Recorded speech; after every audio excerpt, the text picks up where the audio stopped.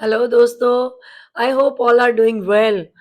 आज हम जो बात करने जा रहे हैं, जैसा कि सब लोग जानते हैं, हम इनकम टैक्स और जीएसटी पर बहुत सारी बातें, बहुत सारे अपडेट्स लेकर आते हैं।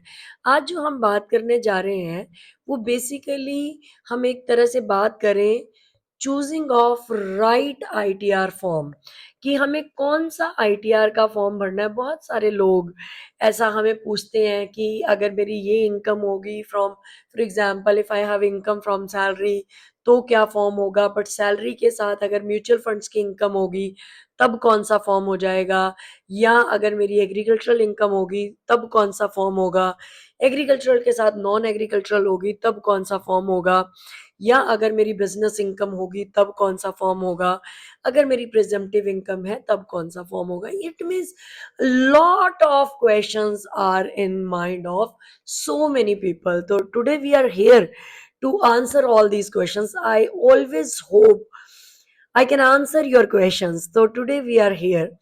So one thing is ITR1, as everyone knows कि जो ITR1 है that is from income from salary.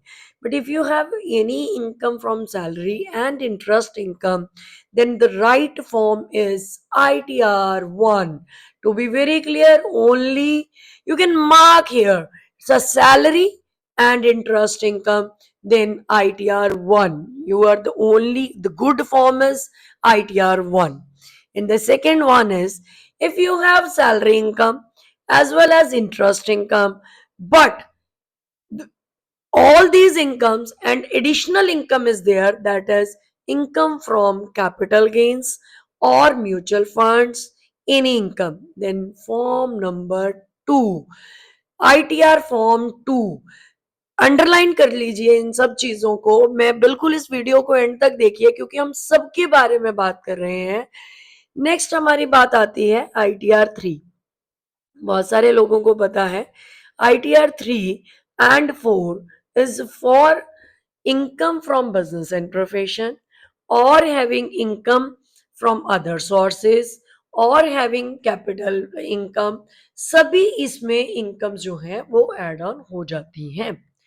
तो ITR 3 आप कब फाइल करते हो? व्हेन यू आर हैविंग और opting for books of accounts. आपके पास बुक्स ऑफ अकाउंट्स हैं, आपने वो देने हैं इनकम टैक्स डिपार्टमेंट को, तो आप ITR 3 फाइल कर सकते हैं।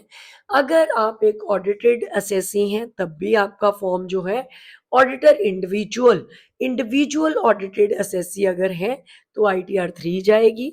अगर आपके पास कोई भी इंटरेस्ट इनकम है, किसी तरह की बिजनेस इनकम है, किसी भी तरह की कैपिटल गेन्स की इनकम है, सब केस के लिए आप ITR 3 फाइल करेंगे।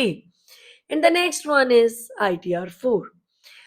हमें एक सिंपल बात पता है, this is for presumptive income. अगर आपकी इनकम प्रिजम्पटिव है, लाइक आप सब लोगों को पता है 44AD, 44AE, 44ADA, अगर ये सब सेक्शंस के अंदर आप अपने रिटर्न को फाइल करना चाहते हैं तो there is a one ITR form, that is ITR form 4। तो 4 नंबर फॉर्म में आप इसको फिल करेंगे और इसमें आप डिटेल्स क्या हैं आपकी सभी, कि आपकी जो इनकम है वो प्रिजम्पटिव इनकम होगी, business from income from business and profession जो है, और वो कौन सी प्रिजम्पटिव सेक्शन के अंदर। तो ये सब बातें हमने 1 to 4 यहाँ प्रिस्क्राइब किया कि कौन कौन से फॉर्म्स राइट फॉर्म्स हैं जिनके लिए आप रिटर्न फाइल कर सकते हैं। मोस्टली ऐसे कौन से लोग हैं जो बहुत परेशान रहते हैं ITR 1 के लिए। जैसे हम देखते हैं जब ITR 1 होता है तो very few pages are there, क्योंकि एक सिंपल ITR सैलरी है और आपकी कोई भी बिजनेस इंटरेस्ट है, बस वो एक नॉर्मल। लेकिन जैसे ही ITR 2 पर जाते हैं तो बहुत बड़ा फॉर्म है, उसके अंदर बड़ी सारी चीजें हैं, बहुत सारा डिस्क्लोजर है, कौन सी पूरे साल में आपने क्या सेल किया, क्या परचेज किया, क्या कैपिटल गेन अर्न किया। तो ये सब बातें इसके अंदर हैं क्योंकि डिस्क्लोजर बड़े हैं। इन सब चीज़ों को ध्यान में रखते हुए आप अपना फॉर्म चूज़ करें। और अगर आपको किसी भी तरह से आपको हमारी हेल्प की ज़रूरत हो, तो आप हमें कॉल कर सकते हैं। My number is 9878351148। सेव कर लीजिए और कभी भी हमें कॉल कीजिए, और यहाँ हमारी ईमेल आईडी पर हमें पिन कर सकते हैं। Email ID is cmartrajesh@gmail.com। नमस्कार, फिर मिलेंगे एक नए अपडेट के साथ।